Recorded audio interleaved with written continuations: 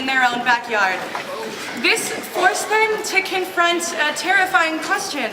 Now that Michael Getzler has been arrested, how will they get their drugs while avoiding Harlem at all costs? Getzler, formerly CC-17, who will call anonymous,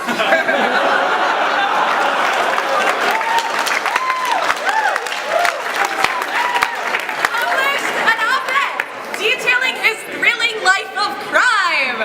At least more thrilling than yours, which just involves torrenting Game of Thrones. In Anonymous's article, Getzler emphasized that he cares about you enough to offer you happiness and well-being, or as it's known on Venmo, a $35 slice of pizza.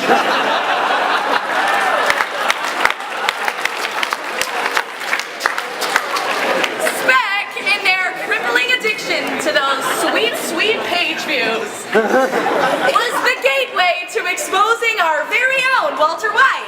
Emphasis on the white. As it turns out, people do read spec. It's just that those people are the police.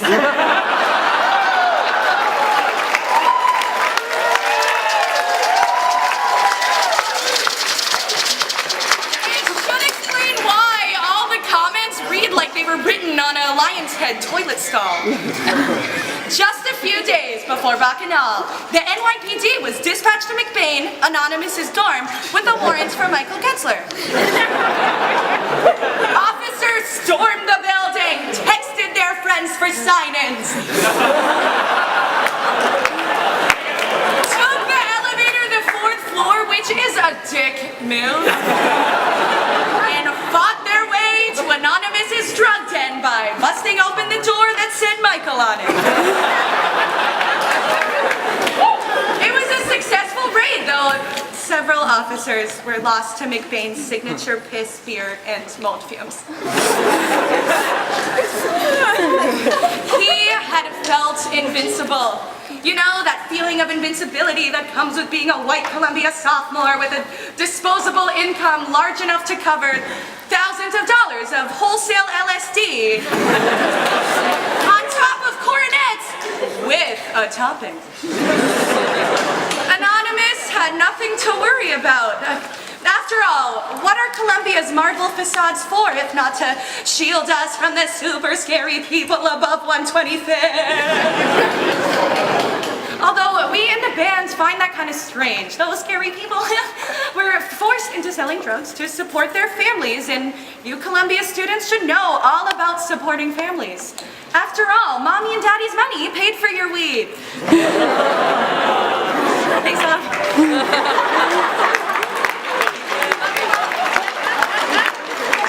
Toronto on the live stream. Hi, Mom. Unfortunately, now that Anonymous has been arrested, Getzler's absence forces engagement with our neighbors. Now we'll all have to buy local. At the very least, we'll be supporting small businesses. And you resume fluffers can say that on the weekends you give back to your community. Getzler's story should be a warning for us all. When he posted Anonymous's op-ed to his Facebook wall saying, "Ooh, look at this thing, I definitely didn't write!" Blinky emoji! He fell prey to his own delusion, very own Bong Quixote.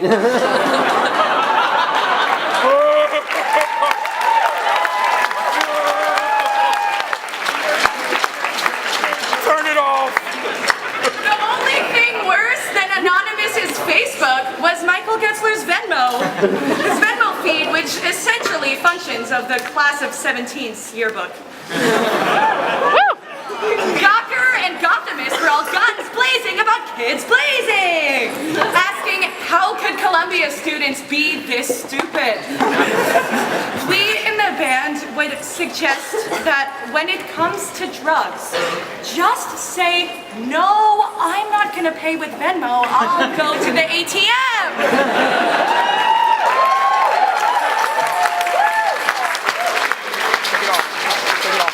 Because, as we all know, it's better to make a withdrawal than to go through withdrawal.